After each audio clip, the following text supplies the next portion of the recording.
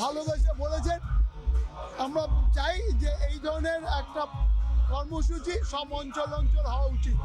কলকাতার ৫৭ নম্বর ওয়ার্ডের বাসিন্দাদের কাছে একটি কথা আজ প্রবাদের মতো জনপ্রিয়। তাদের কাছে জীবন মানে কোনো বিনোদন চ্যানেল নয়, জীবন মানে তাদের ঘরের মানুষ ও জনপ্রিয় পুরপিতা জীবন সাহা।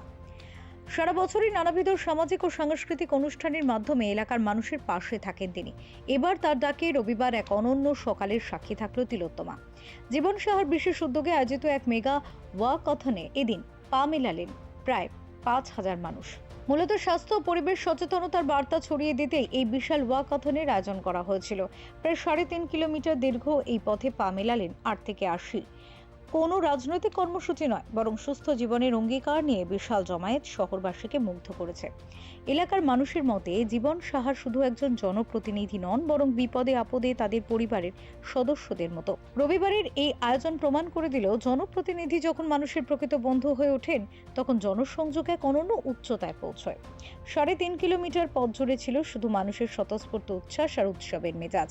জীবন সাহার এই অভিনব উদ্যোগ কেবল শরীর চর্চার গুরুত্বই তুলে ধরল না, বরং তিলোত্তমার বুকে সামাজিক সংহতির এক নতুন নজির সৃষ্টি করলো। এই প্রতিযোগিতার কোনো বিকল্প নেই। আমি তো কলকাতায় দেখছি, আমি এর আগেও একটি অনুষ্ঠান করে এলাম। এই ওয়াকেথন, এই ৫,০০০-এর কাছাকাছি যুবক যুবতী, তরুণ তরুণী তারা পার্টিসিপেট করছে।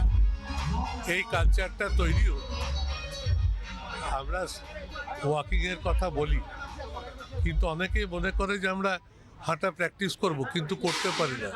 এইগুলো দেখলে উৎসাহ।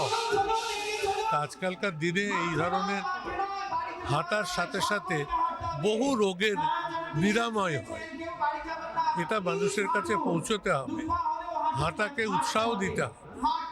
হাঁটার মধ্যে যে কত ওষুধ লুকিয়ে আছে, তা যারা হাঁটে, নিয়মিত শরীরচর্চা করে, তারা উপলব্ধি করে।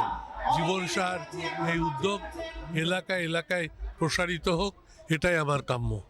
এটা আমাদের প্রেরণা হচ্ছে মাননীয় মুখ্যমন্ত্রী। উনি প্রচুর হাঁটেন। উনি এটা বলেন যে হাঁটলে শরীর ভালো থাকে।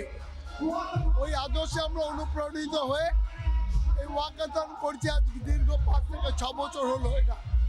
তা আমরা চাই, আমাদের একটাই উদ্দেশ্য, শরীর ভালো রাখুন, পরিবেশ সুস্থ রাখুন, ক্লিনেস রাখুন, যেন রোগ থেকে বাঁচি, বিশ্ব উষ্ণায়ন থেকে আমাদের বাঁচাতে পারি।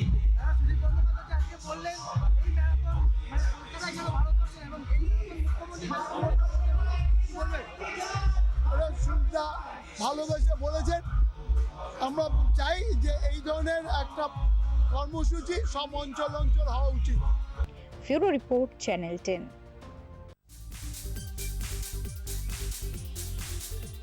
সারা বছরে বিভিন্ন ধরনের সমাজসেবামূলক কাজ করে চলেছে কাশীপুর বেলগাছিয়া উন্নয়ন পরিষদ, যার নেপথ্যে রয়েছেন ঘাসফুল শিবিরের দীর্ঘদিনের সৈনিক রবীন ঘোষ।